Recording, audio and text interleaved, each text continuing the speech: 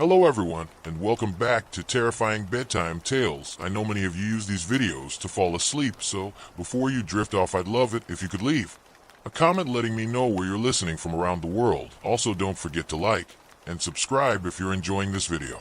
In the small town of Eldritch Falls, the night was unusually tempestuous, with relentless rain hammering the landscape, accompanied by the occasional groan of thunder rolling across the sky. Marvin, a seasoned late-night radio DJ at Weld 88.9 FM, was preparing for his graveyard shift.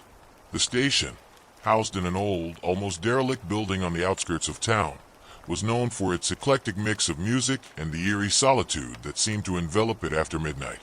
As the clock struck 12, Marvin opened his show with the usual blend of light banter and a smooth transition into an old jazz track. The rain intensified, its rhythm like a persistent knocking, as if demanding entry. Marvin, used to the isolation of his late-night booth, felt a chill as he noticed how the storm seemed to isolate him further from the rest of the world. The first hour passed uneventfully, with Marvin playing tracks from classic rock to blues, his voice a comforting presence for the few who chose this time to drive through the sleepy town, or those at home seeking solace in his familiar voice. As he announced the next song, the phone lines lit up. This was unusual for this hour, but Marvin, always eager for some interaction, quickly switched to take the first call. "Hello, you're on the air with Marvin at Weld. Who's this? And where are you calling from?" The line crackled with static before a voice emerged, timid yet clear.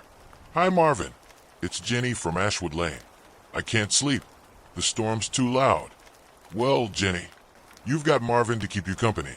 Any song you'd like to hear to soothe the night away?" Marvin replied, his tone warm and inviting. "Could you play Midnight, the Stars and You? It was my grandmother's favorite. It might help me feel less alone." "Coming right up for you, Jenny." Marvin put the requested song on, a haunting melody that seemed to mingle with the storm outside, creating a surreal atmosphere. As the song neared its end, the phone rang again.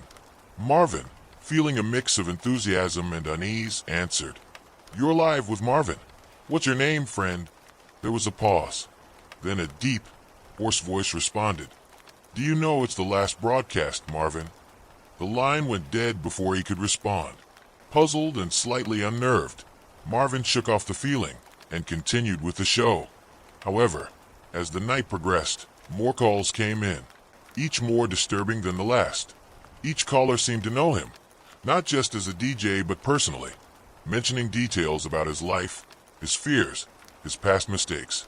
The callers never introduced themselves, and each call ended abruptly. Around 3 a.m., with the storm still raging, a call came that froze Marvin's blood. "Marvin, do you remember the fire? You never did play my favorite song that night." Marvin's heart sank. 20 years ago, to the day, a fire had broken out in Eldritch Falls. He had been on air then, too, and had received a call from someone trapped in the burning part of town, begging Marvin to play a song for their loved one. In the chaos, he had forgotten. "Who was this?" Marvin managed to choke out, his voice barely a whisper. The line crackled with a sound like laughter, or perhaps the crackling of fire. "It's time, Marvin. Play my song. Play it, and maybe I'll let you rest." Marvin, trembling, pulled up the song the caller had requested all those years ago, a forgotten ballad, melancholic and slow. As he played it, the storm outside seemed to crescendo, as if climaxing with the music. As the song ended, the station's power flickered, plunging Marvin into darkness. The only sound was the rain, no longer a knock but a mournful wail. When the lights returned, the phone rang once more. "Thank you, Marvin," the voice said, this time soft, almost relieved. "Goodbye." The storm began to ebb, the first hints of dawn peeking through the heavy clouds. Marvin sat back, exhausted and pale, staring into the dim light of the studio. The phone remained silent for the rest of the shift, and as Marvin left the station at dawn, the town of Eldritch Falls felt eerily silent, the rain finally ceasing, leaving behind the echoes of a night that Marvin would never forget, haunted forever by the voices of the past calling into the night, blending with the storm's fury in what truly had felt like his last broadcast. As Marvin drove home, the streets of Eldritch Falls were unusually quiet, the remnants of the storm's fury evident in the puddles that shimmered under the streetlights and the debris scattered across the roads. He felt drained, as if the calls and the music had siphoned away his energy, leaving him hollow. Despite the silence, the echo of the last caller's voice lingered in his mind, a ghostly whisper that refused to be silenced. Arriving home, Marvin found it impossible to shake the feeling of unease that clung to him like a second skin. He attempted to sleep, but each time he closed his eyes, he saw the flickering lights of the radio station and heard the crackling static of the phone line. With a resigned sigh, he rose from his bed, realizing that sleep would not come easily, if at all, that night. Determined to understand the nature of the calls, Marvin decided to return to the station the following night, earlier than his shift began, to review the recordings. Stations like Weld kept logs of all broadcasts, and Marvin hoped to find clues or perhaps some rational explanation in the audio archives. Back at the station, Marvin sat down with the logs from the previous night. He listened intently to the recordings of the calls, the music, and his own responses. Each playback sent a shiver down his spine, but he needed answers. The voices were indeed there, recorded on tape, proof that he hadn't imagined the entire ordeal. However, each voice seemed as ethereal on the tape as it had felt during the live calls, filled with an inexplicable knowledge of his past. He focused particularly on the call about the fire. The voice had been so specific, so hauntingly familiar. It prompted Marvin to dig deeper into the archives, back to the broadcasts from 20 years ago. It took hours of sifting through old tapes, but eventually, he found the broadcast from the night of the fire.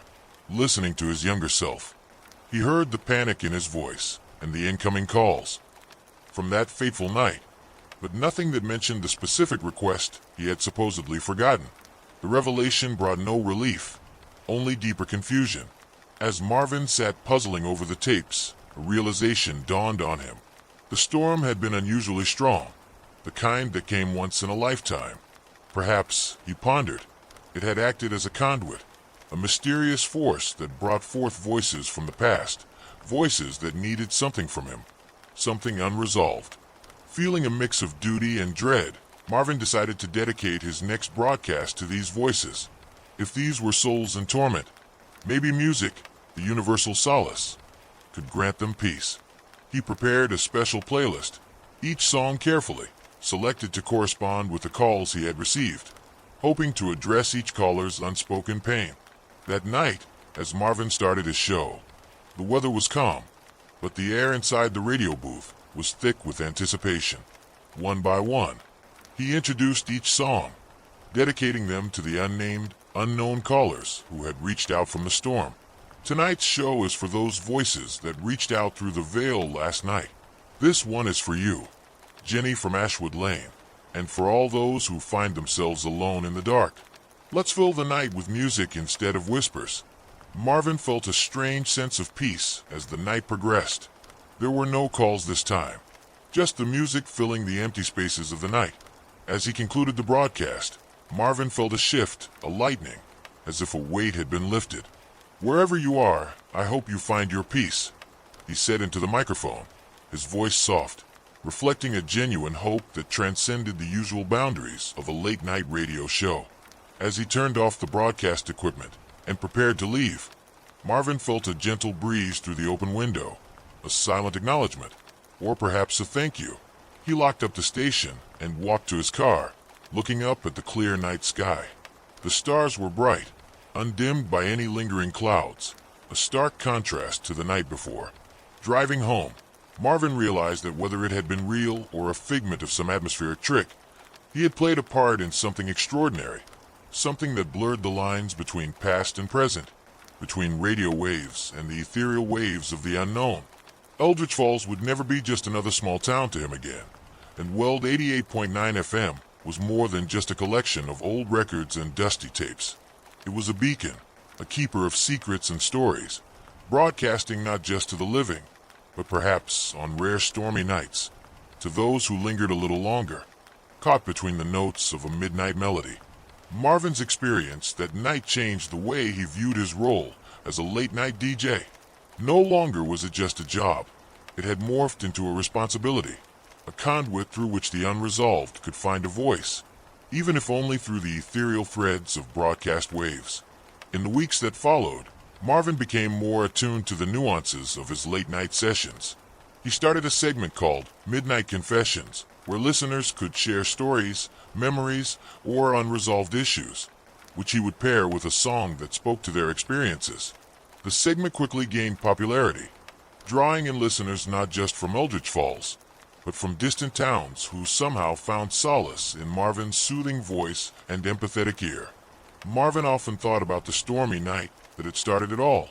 He researched phenomena where natural forces appeared to amplify psychic or supernatural experiences, but concrete explanations eluded him.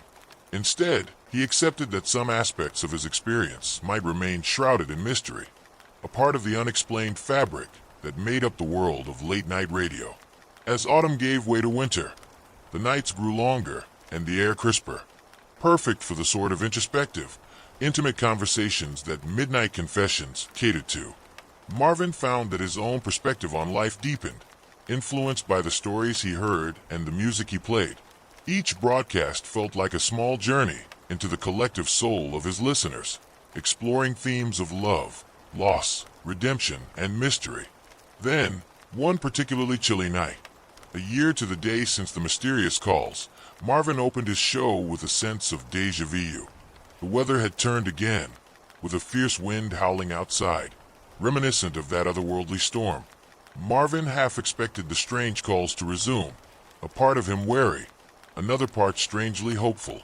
The night progressed without incident until the last hour of his shift, when the phone rang. A flicker of the old apprehension surged through him as he answered.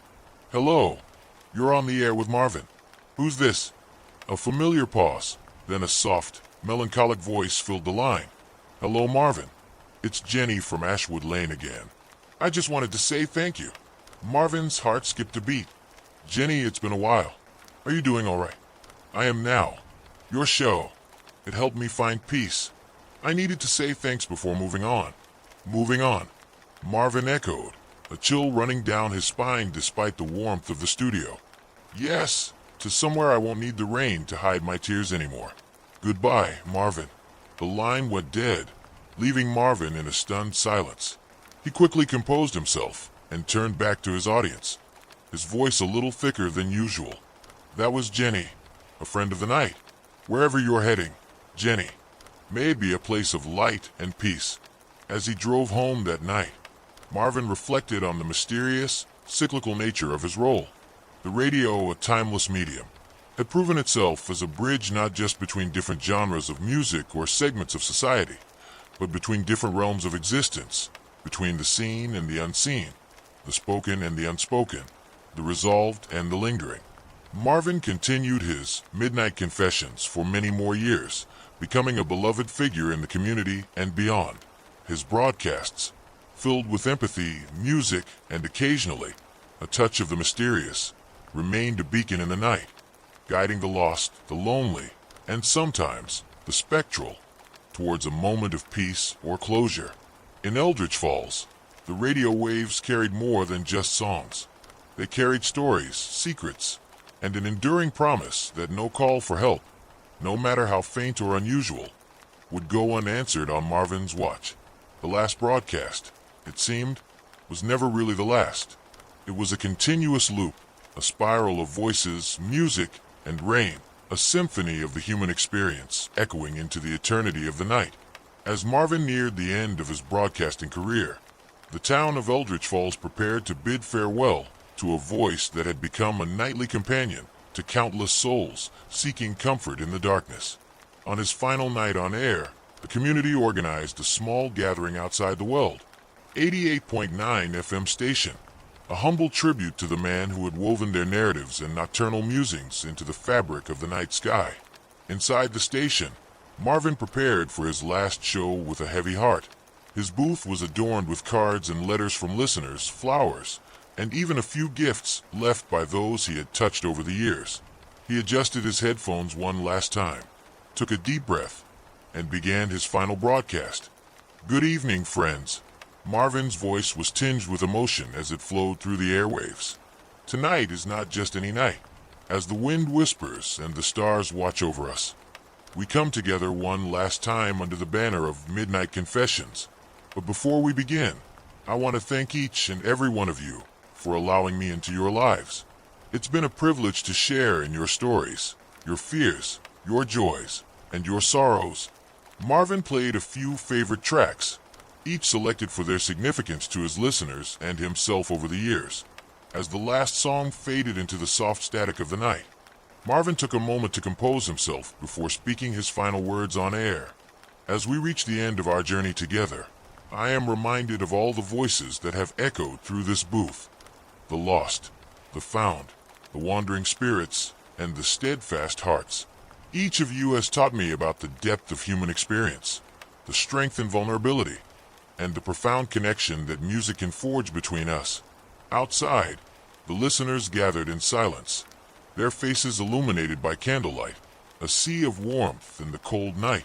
As Marvin's voice filled the air, it seemed to wrap the town in a gentle embrace, a final serenade from a trusted friend. And so, as I sign off for the last time, let me leave you with this thought. Keep listening, keep sharing, keep connecting. The night is long, and the stars are many. But remember, you are never truly alone. Thank you, Eldritch Falls, for everything. With those words, Marvin switched off the microphone, the signal fading into a gentle hum that slowly disappeared into the night. He removed his headphones and stepped outside the station, where the community awaited him.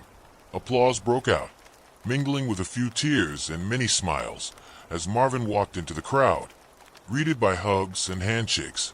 As the applause died down, the crowd parted to reveal a small stage set up for the occasion. A local band began to play, their music a lively contrast to the usual late-night tunes. Marvin watched, a content smile spreading across his face, as couples and families danced under the starlit sky. Tonight, the community wasn't just saying goodbye to a beloved radio host. They were celebrating a legacy of shared nights, a testament to the power of human connection through the airwaves. Marvin felt a profound sense of fulfillment, knowing that while his time at the microphone had ended, the echoes of his broadcasts would resonate in the hearts of his listeners for years to come. As the party continued into the early hours of the morning, Marvin looked up at the clear night sky, the stars twinkling back as if in recognition of his service. Eldritch Falls had become more than just a place on a map for him. It was a tapestry of stories, forever woven together by the threads of Midnight Confessions.